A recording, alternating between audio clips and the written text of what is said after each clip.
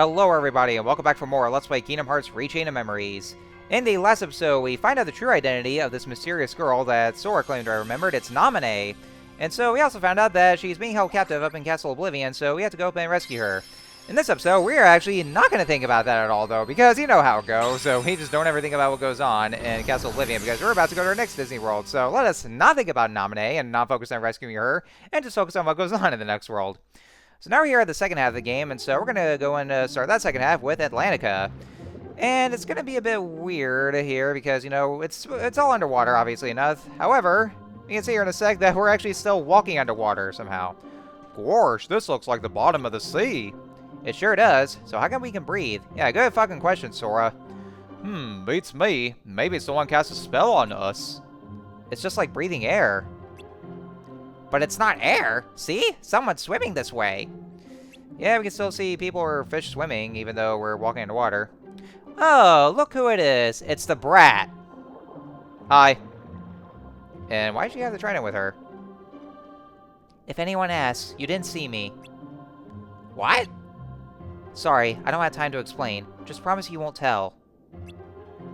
Hey, what's that sparkling thing you got there? Oh, nothing. Nothing at all. Remember, you didn't see me. Okay then, so... Don't know why Ariel has a trident with her. Wow, looked like she was in a hurry. She was hiding something. No shit, Sherlock. I wonder what it was. If you wonder, what does that look like to you, Donald? What is it exactly that Ariel's holding onto right now? What is it? What the hell is it? What does it look like? Come on, tell me.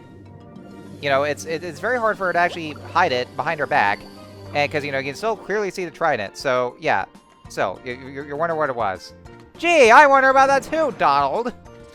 Anyway, so yeah, like I said, welcome to Atlantica from The Little Mermaid, and of course a new well, we're gonna be facing like nothing but some new Heartless here, and wow, we have our Dark Ball already. Cool, but you know, just talk about it here. So it's actually just nothing but you know.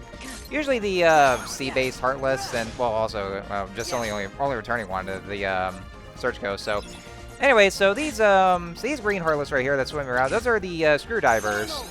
I think they might still use a higher number of attack cards, but you can actually see here and why Donald is an absolute shithead right now. They use Thunder Magic on them. Make sure you don't use Thunder Magic against the Screwdivers because they can actually heal them because well they're Thunder based. So. Yeah, if you actually use Thunder Magic against them, then they will heal themselves, so yeah, just don't use them. And those jellyfish-like Heartless, they're Sea Neons. I think they're, well, I don't know exactly how they attack, though. Well, maybe they still attack in some ways, though, but, like, you know, but, you know, they're just, they're pretty small and not that threatening. But then the last Heartless that we have here, those spherical Heartless, those are the Dark Balls. And, wait, what is that? What did I just saw right there? Oh my god, key to the rewards! Yes, finally! Oh my god, I was losing faith in the fact that we were probably never going to see the key to rewards. I never thought we would see those! Oh my god, so yeah, we just got the key to rewards card! Finally, at long last! Now we can actually show them off, and I am actually going to show this off in this video. So yeah, very rarely after these battles, you'll actually get a key to rewards card. Huh, thank god I finally got one. And those are real cool too because you know we'll see once we actually use them. So anyway, so back to just to talk about the new Heartless there. So yeah, or back to talk about the Dark Ball. So yeah, this is actually in early access seeing the Dark Balls because we didn't really see them until oh that weird creepy looking castle that we've probably been to before and I don't remember. Have we been there before? I don't know. But yeah, Dark Balls. Well, I guess they're kind of the same as they have been in Cage 1, where, you know, they're just annoying to deal with, and so they can, and, you know, their attacks are always unpredictable. So, yeah, it's just all there is to it. And then, last but not least, these guys here, the Anglerfish Heartless, these are the Aqua Tanks. And, yeah, just like with the Screwdivers, they're also, they also heal whenever you use Thunder Magic, so, yeah, again, don't use Thunder Magic against them. But, yeah, you're going to be running into a lot of those bouts by that. As a matter of fact, you can actually see here that I kind of changed my deck here to where I'm now using the high armor cards because since we're in the second half of the game, a lot of the Heartless mooks, you're going to be they're going to be using a lot of high number cards. So I probably would recommend that you know just you know try to use those high number cards. Like I use the 9s, 8s, and 7s. I guess I probably could have used the 6s though, but I think 7s is probably going to be as low as I get though. But You can see it's kind of limited, though, because most of them were premium cards, in which I unintentionally, you know, just selected. And not only that, though, but I don't have as many of those, though, so... But you also notice that one thing I also should have done, though, is that I should have equipped a couple more 0 cards, though, because... Yeah, I forgot I forgot to equip the 0 cards. That was like... That was on me. I mean, I should have just done so, but yeah, I just forgot, so... Also, yeah, this is actually right to say, you know what, fuck it, I'm just gonna use a cloud card. But I also want to say, though, that we also do have some new room cards here. This here is a guarded trove, and so it's actually another one of those treasure rooms, but they're guarded by the Heartless, so it's actually another one of those... It's one of those blue card rooms in which, you know, the only instance where you can actually... Where you actually fight the Heartless to get the, treasure that's in. So probably like a new slate or something like that here. And you can see if, since I actually swiped that urchin, is that, you know, if you swipe the urchin, then they're basically like detonators, or they're basically bombs. So you want to stay as far away from them as possible, so that way you won't really take damage from the blast residue or something like that. But yeah, that's essentially what they are, though. They're kind of like obstacles, though. But I think if you actually touch them, or if Sora actually makes physical contact with them, then he actually does get hurt. So, so you do at least want to be careful with that, though. So. Anyway, so yeah, under the sea, yeah, that's literally what's playing here. And you know, I've probably said this before, and back in Cage 1, where you know, I know it does get very annoying though, and I definitely do agree that you know, yeah, just having it here under the sea constantly. I mean, you know, just playing on a loop, and it does get pretty annoying though. I mean, don't get me wrong though. I mean, I don't really hate the track per se though, but I can see how annoying it is going to be. Just having to listen it over and over again, and you know, sometimes you kind of get sick of it though. But you know, I mean, I can at least try to tolerate it though, and you know, just try to look past it though. And I mean, now it is kind of different for me though when you know, with Halloween Town, where you know they actually do play This Is Halloween, but that song though, I mean, I really do enjoy legitimately. So I mean, that one actually definitely just go through that. Oh, we learned Shock Impact, so. Oh, let's see. So we have Simba and then 2 attack cards. So that's how Shock Impact goes, which I don't know if I ever use it very much, though, but yeah, going back to it here, at least I can tolerate that. And, you know, same thing with the Toy Story world in Kingdom Hearts 3, where they play You Got a Friend in Me. And so, and because of the fact that, you know, it is definitely a great song, too, and also for the fact that, you know, as somebody who absolutely fucking loves Toy Story, then, you know, that's something I always look forward to as well. I will say this, though. Oh, God. Fucking Birth by Sleep. Well, you know, when I get to do a Let's Play of that game, like, you know, years from now, oh my god. You guys, you know, I've said this before in my Kingdom Hearts 1 Let's Play, and my opinion still stands to this day. I absolutely fucking hate that they use Bippity Boppity Boo as the overall theme, and you have to hear that constantly. Oh my god. Fuck that world so much because of it. And, you know, and maybe this has come from somebody who, you know, doesn't really like Cinderella that much, though, and maybe that could be my problem, though, but, oh my god, the fact that, you know, they decided to go for Bippity Boppity Boo as its overall theme in Cinderella's world, oh my god, that is something I can never fucking stand for the life of me, just having to hear that constantly. Dear god, ugh, just, no.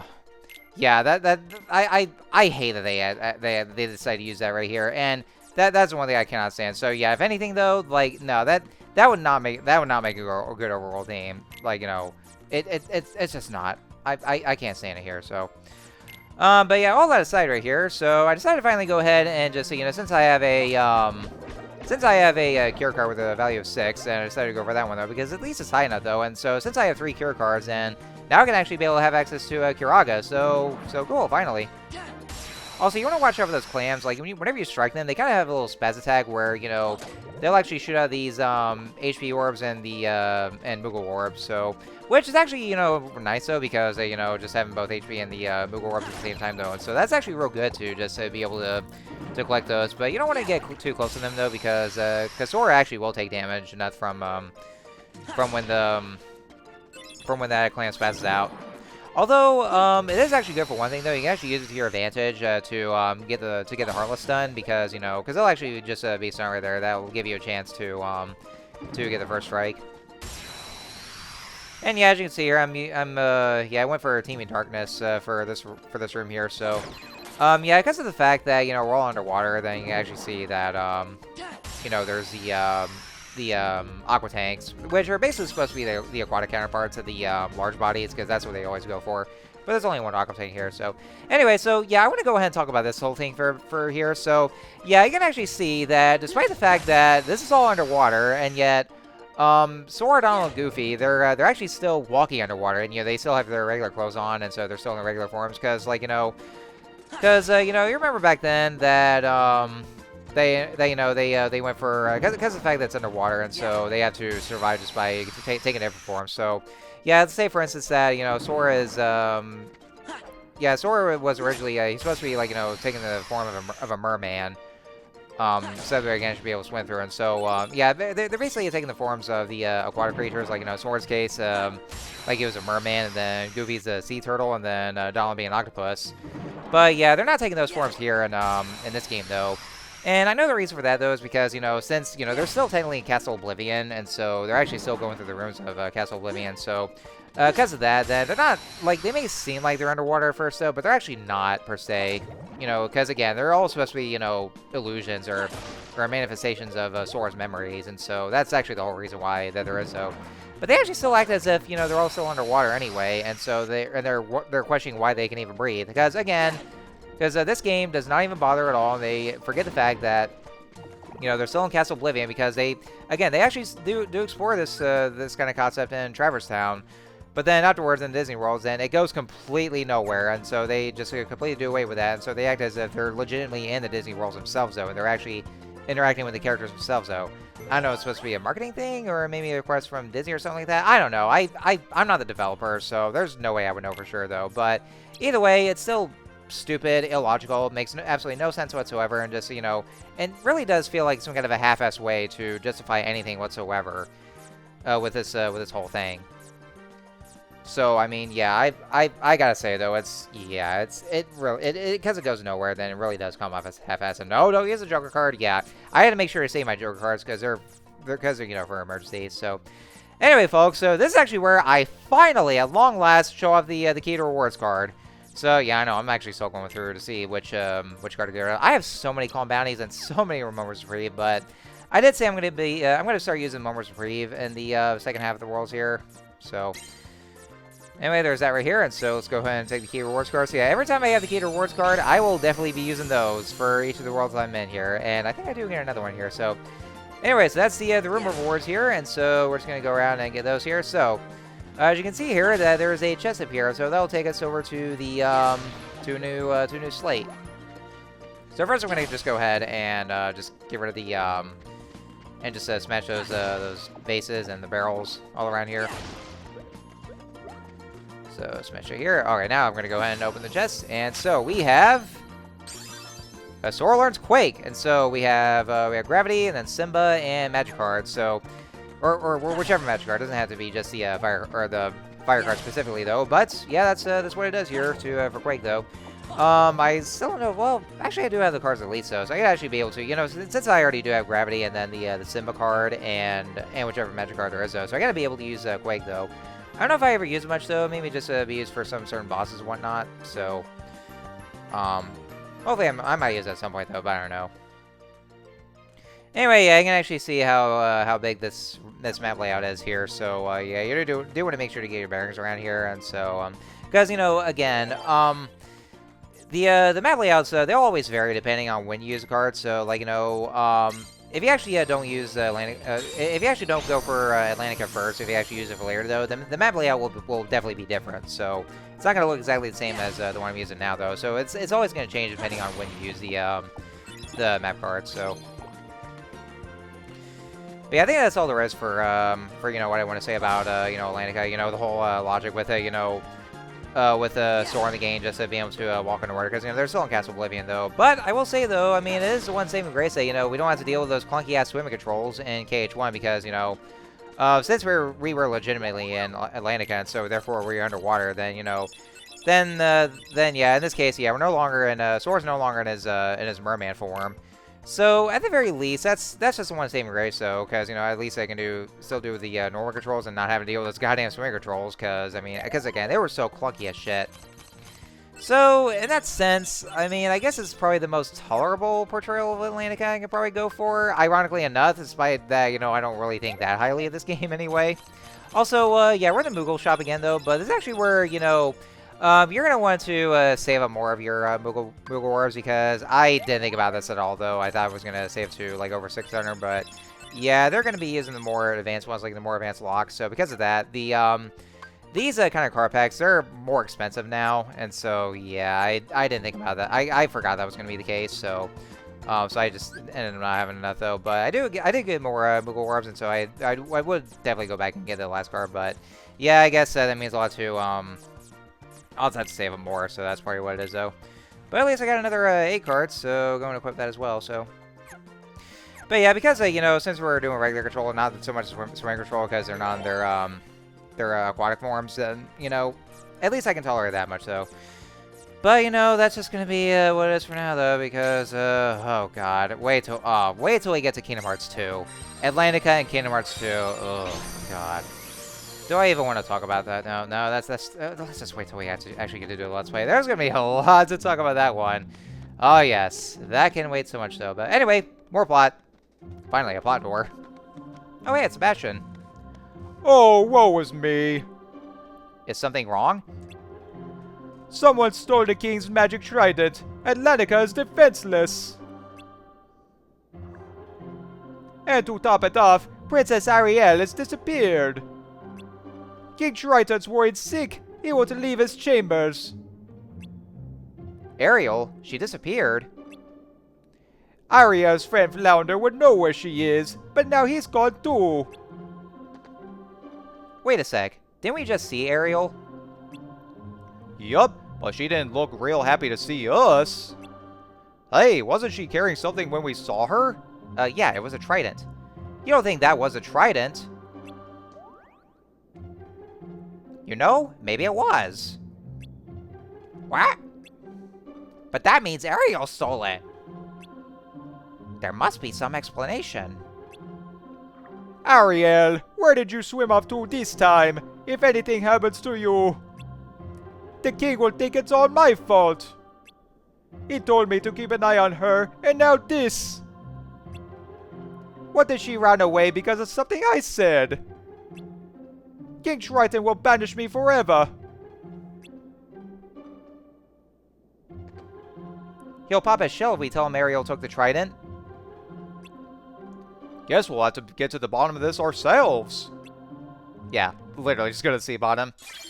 And, yeah, I have to apologize. This is probably, like, the best kind of Jamaican accent I can go for Sebastian while making the Sebastian impression, though. But, I mean, you know, maybe it was close enough, though. I mean, I try to make him as accurate to his original voice actor for the movie. You know, it's just going for the Jamaican accent, so, anyway, so let's see here. So, yeah, I have to go all around to get to the other room. So, yeah, this part definitely gets very annoying. Which is having to go all around, though. I mean, you know, even with the different map... what am I saying? I can't really speak today. I'm sorry, guys. Even with different map layouts... yeah, I guess I was just switching the words around. The different map layout, then yeah, you're still going to be going, like, you know, back and forth and, you know, doing a bit of backtracking after the plot doors. So, yeah, I can definitely see how annoying it can be here. So, anyway, so decided to go for Sorcerer's Walking. Well, I guess I didn't really have enough of the magic cards, though. As a matter of fact, yeah, I know I have the, I know I already have the Thunder card with me, though, and, you know, as much as I absolutely love using Thunder Magic, it's actually, you know, probably my absolute favorite magic, or kind of magic to use, though. It's probably not the kind of, it's not a good time. Oh, hey, cool, new slate. Lethal Frame! Yes! I was looking forward to this. Stop time and deal multiple blows in the enemy, so you use a stop card and 2 attack cards. Okay, I gotta say, though, when I recorded this, and then I saw that Sora learned the slate lethal frame. Oh God, yes! That is what I wanted, though, because spoiler warning. After Atlantica, we're gonna be doing another boss fight, in which I would definitely recommend lethal frame, though, and it's actually the kind of boss fight I never look forward to, though, because I absolutely hate it, though. But yes, we definitely need lethal frame for this, though, because it will do you wonders for this here. Yes, finally, lethal frame. God, yes. That is what I was looking forward to, just so you know, just having lethal frame. And so, man, it's so great for some certain bosses that we do have to do. So, thank God I have that. Oh, man, I've been so excited for this here. You know, when I record this, I was so happy to seeing that here. Oh, look at that, bubble trampoline. Whee! Oh, and look at that, another stop card to top it out there. And it's a 7-2. Oh, my God. Now this game is finally being generous to me. Thank you. Man, I thought you were gonna treat me like shit there, but no. I guess you actually decided to take it all back and decided to treat me better here. Anyway, so I don't know. I mean, I don't like the game very much though, but maybe I could take back what I said though. Ah, who am I kidding? There's a lot of stupid things here anyway though. So oh cool, got a stun lock though. So anyway, back to what I was saying about the about the Thunder Magic. So yeah, this is probably not a good world to actually have the Thunder Magic card on me though, because mainly because of the screwdrivers, because like because you're gonna be fighting like a lot, and I mean a lot of the screwdrivers, and since they're very resistant, or actually, Thunder Magic actually heals them. So, yeah, it's not a good time to use Thunder Magic, though. So, yeah, I probably shouldn't have equipped the Thunder Magic card, because there are times where I accidentally use the Thunder card, and that actually heals them, though. So, anyway, next cutscene. There she is. This is all my fault. I wish I'd never taken Daddy's trident. Well, then why the hell did you take it in the first place? I should have known things would turn out this way. She did take it! Pipe down! Somebody's coming! No need to worry, child. You did the right thing. Let me guess. Is it, Pat Carroll? Ah, yes, it's Pat Carroll, except she's not here to voice her. Why, I'm sure you'd do anything in the world to help your little friend.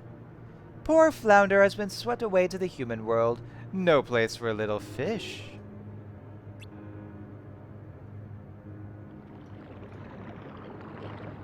Why, if we don't hurry, you might not have a friend to save. No. Besides, you're not giving me the trident, dear. Just letting me borrow it for a bit. You could save Flounder. Lend me the trident, and I'll help you. I know, but Daddy needs the trident to defend Atlantica. I need time to think.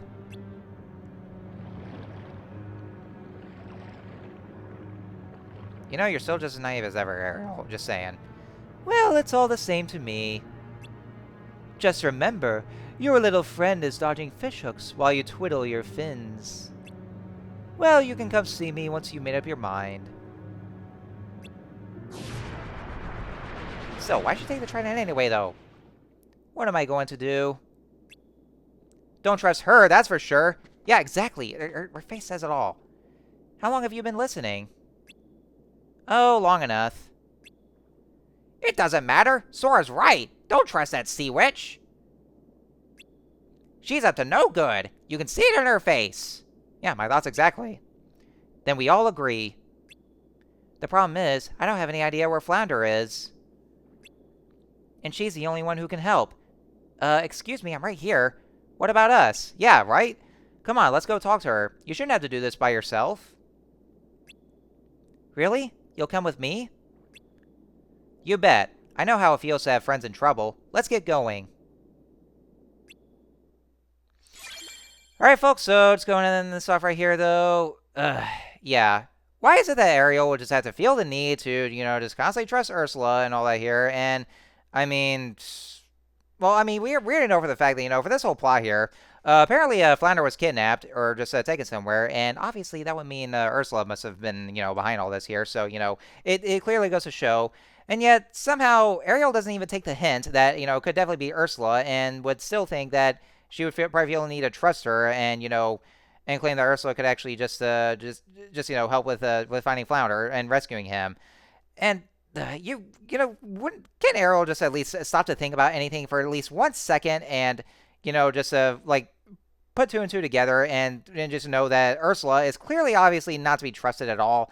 And considering all the shit that she pulled to lead to her banishment and all that, does she ever not put two and two together? No, of course not.